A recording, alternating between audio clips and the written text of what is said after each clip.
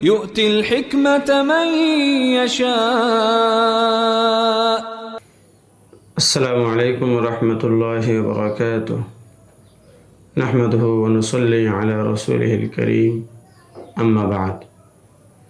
এই দরসে আমরা আলোচনা করব শরহ উকুদ রাসমিল মুফতির 11 নম্বর 9 নম্বর মূলনীতি সম্পর্কে।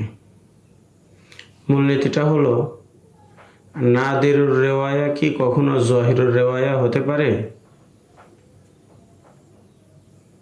তো এই ব্যাপারে বক্তব্য হলো নাদিরুর রেওয়ায়ার মুওয়াফিক কোনো রেওয়ায়াত যদি জহিরুর রেওয়ায়ার মধ্যে থাকে তাহলে সেই নাদিরুর রেওয়ায়া জহিরুর রেওয়ায়া হয়ে যাবে। বিষয়টা একটা উদাহরণ দিলে ভালোভাবে বুঝে আসবে। যেমন শামসুল আইম্মা সারাখসি রহমতুল্লাহি আলাই মাবসুতের মধ্যে বলেছেন, জহিরুর রেওয়ায়ার মধ্যে আছে কোনো মহিলার উপর হজ ফরজ হওয়ার জন্য শর্ত হলো তার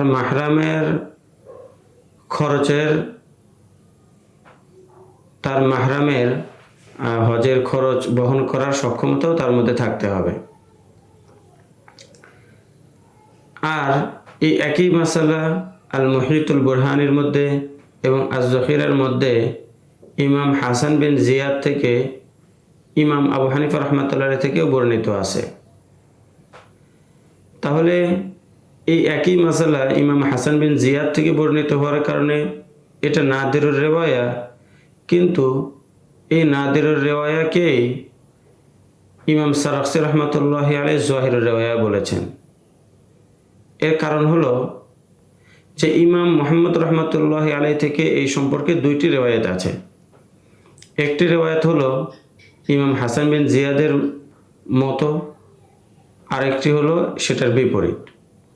তো ইমাম হাসান বিন জিয়াদের এই নাদিরুর রেওয়ায়া ইমাম মুহাম্মাদের জহিরুর রেওয়ায়ার মুওয়াফিক হওয়ার কারণে এই নাদিরুর রেওয়ায়াকে জহিরুর রেওয়ায়া বলা হবে। এখানে আরেকটি গুরুত্বপূর্ণ বিষয়, সেটি হলো রেওয়ায়াতুল উসুল আর জহিরুর রেওয়ায়া এই দুইটার মধ্যে কি কোনো পার্থক্য আছে? কি পার্থক্য নেই? আল্লামা ইবনে কামাল পাশা রহমতুল্লাহি আলাইহি আমাদের উপরে উল্লেখিত উদাহরণের ভিত্তিতে উনি বলেন, জহিরুর রেওয়ায়া এবং রেওয়ায়াতুল উসুলের মধ্যে পার্থক্য আছে। পার্থক্যটা হলো জহিরুর রেওয়ায়া রেওয়ায়াতুল উসুল এটা খাস, অর্থাৎ রেওয়ায়াতুল উসুল বলতে শুধুমাত্র ইমাম মুহাম্মদ রহমতুল্লাহি আলাইহির 6 কিতাবের মধ্যে উল্লেখিত মাসালাকেই রেওয়ায়াতুল উসুল বলা হয়। পক্ষান্তরে জহিরুর রেওয়ায়া কিছুটা আম বা ব্যাপক। 6 কিতাবের মধ্যে উল্লেখিত মাসালাকে জহিরুর রেওয়ায়া তো বলা হয়, সাথে সাথে কখনো কখনো কোনো নাদিরুর রেওয়ায়াকেও জহিরুর রেওয়ায়া বলা হয়, কিন্তু কখনোই কোনো নাদিরুর রেওয়ায়াকে রেওয়ায়াতুল উসুল বলা হয় না। তাহলে ইবনে কামাল পাশার নিকটে জহিরুর রেওয়ায়া এবং রেওয়ায়াতুল উসুলের মধ্যে পার্থক্য রয়েছে। উনি দলিল হিসেবে আমাদের উল্লেখিত মাসলাকে উল্লেখ করেন যে এই মহিলার উপর হজ ফরজ হওয়ার মাসলার ক্ষেত্রে এটা একটা নাদিরুর রেওয়ায়া, কিন্তু এটাকে জহিরুর রেওয়ায়া বলা হয়েছে, কিন্তু কোনো নাদিরুর রেওয়ায়াকে রেওয়ায়াতুল উসুল বলা যাবে না। কিন্তু আল্লামা শামী রহমতুল্লাহি আলাইহি ইবনে কামাল পাশার এই কথাটাকে পছন্দ করেন নাই এবং তিনি বলেন, জহিরুর রেওয়ায়া এবং রেওয়ায়াতুল উসুলের মধ্যে এই পার্থক্যটা অর্থহীন। আসলে জহিরুর রেওয়ায়া আর রেওয়ায়াতুল উসুলের মধ্যে কোনোই পার্থক্য নেই। আল্লামা শামী রহমতুল্লাহ আলাইহি বলেন যে ইমাম হাসান বিন জিয়াদ থেকে কোনো একটা রেওয়ায়াত বর্ণিত থাকা দ্বারা এটা লাজেম আসে না যে সেই রেওয়ায়াতটা রেওয়ায়াতুল উসুল বা ইমাম মুহাম্মাদের 6 কিতাবের মধ্যে বর্ণিত থাকা যাবে না, এমনটা আবশ্যক নয়।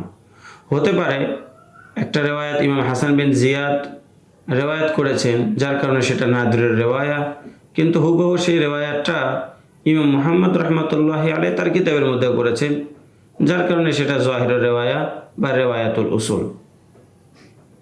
এতে কোনো সমস্যা নেই। বেশিতে বেশি এটা হতে পারে যে নাদিরুর রেওয়ায়া এর মুআফিক কোনো রেওয়ায়াত জাহিরের রেওয়ায়ার মধ্যে থাকলে তাহলে নাদিরুর রেওয়ায়াটা জাহিরের রেওয়ায়া হয়ে যাবে, এতে কোনো সমস্যা নেই। আল্লামা ইবনে কামাল পাশার কথাটা তখন সঠিক হইতো, জাহিরুর রেওয়ায়া এবং রেওয়ায়াতুল উসুলের মধ্যে তার এই পার্থক্য করাটা তখন সঠিক বলে বিবেচিত হতো যদি উনি এমন কোনো একটা উদাহরণ পেশ করতেন যেই উদাহরণের মধ্যে এমন নাদিরুর রেওয়ায়াকে জাহিরুর রেওয়ায়া বলা হয়েছে যেই নাদিরুর রেওয়ায়ার মুআফিক কোনো রেওয়ায়াত জাহিরুর রেওয়ায়ার মধ্যে নাই, তারপরেও সেই নাদিরুর রেওয়ায়াকে জাহিরুর রেওয়ায়া বলা হয়েছে, এরকম যদি কোনো উনি উদাহরণ পেশ করতে পারেন তাহলে ওনার কথাটা সঠিক হবে। কিন্তু এরকম কোনো উদাহরণ নাই, উনি পেশও করতে পারবেন না।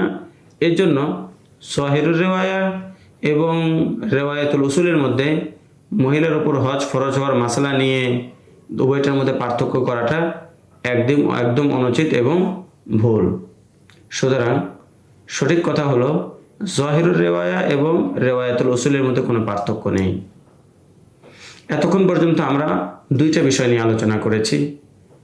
একটি হলো শরফুল রাসমুল মুফতির 9 নম্বর কায়দা, অর্থাৎ নাদিরুর রেওয়ায়ার মুআফিক কোনো রেওয়ায়াত যদি জাহিরুর রেওয়ায়ার মধ্যে থাকে তাহলে নাদিরুর রেওয়ায়াটা জাহিরুর রেওয়ায়া হয়ে যায়। 2 নম্বর হলো সঠিক কথা জাহিরুর রেওয়ায়া আর রেওয়ায়াতুল উসুলের মধ্যে কোনো পার্থক্য নেই। আল্লামা ইবনে কামাল ভুলভাবে উভয়টার মধ্যে পার্থক্য করেছেন, আর আল্লামা শামী উভয়টার মধ্যকার এই পার্থক্যটাকে নাকচ করে দিয়ে সঠিক কথাটা উল্লেখ করেছেন।